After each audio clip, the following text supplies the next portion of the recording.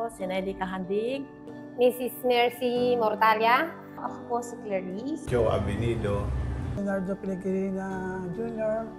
I am Victor Galeros. Jaes Rivera. Ako po si RB Bergado. Bago po ako nagpaggamot, pumapasok ako sa school ng mapula yung mukha ko. Tapos may mga parang dandruff. Nagkaroon ako ng isang malalim na karanasan. Nakaranas ako ng pangungutya at panghusga ng ibang tao. Nakasalamuha at bumaba ang aking tingin sa sarili at natakot akong humarap sa salamin kung sino at kung ano ako. Dati kasi nag-depress din ako, malungkot. Ganun na yung feeling ko noon. Dahil yung nga, kung meron kang psoriasis, parang naging inferior ka eh.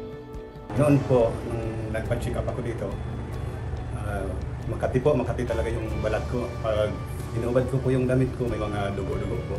Hihiya ka kasi nga yung mga hindi nakakilala sa iyo na meron kang ganyan, parang nailang ka makihalibilo. Effect sa akin yung nakikita ko yung pamilya ko na silang nahihirapan kaysa sa akin. Kaya yun nga, nagkaroon ng anxiety, depression, kaya lumalala siya.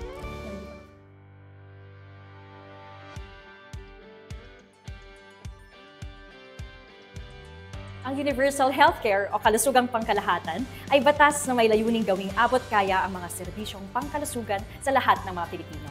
Pagtutupad dito sa pamamagitan ng mga sumusunod na propisyon. Pagpapatupad ng mga sistema at regulasyon sa lahat ng pasilidad pangkalusugan sa bawat rehiyon. Dekalidad na training ng mga health service provider para sa pinabuting serbisyong medikal.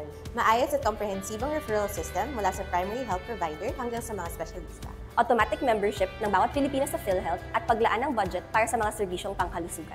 Abot kayang gamot at teknolohiyang medikal. In-expect po sana na maging part po ng Universal Healthcare sa diocese. Malaking tulong po siya sa mga taong hindi privileged enough po para makapag-provide po ng mga gamot. Magkaroon ng mas matinding pag-aaral para sa psoriasis at magkaroon ng mga libreng gamot na makukuha ng mga bawat pasyente. Kung malaking may tutulong po nito sa mga nangangailangan po na may sakit, kagaya po na magkaroon po tayo ng PWD para makadiscount sa mga gamot.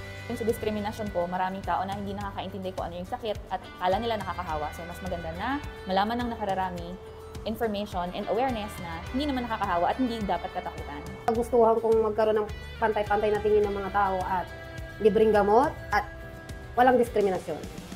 Kung meron man ikatulong sa gobyerno sa atin, salamat po ako.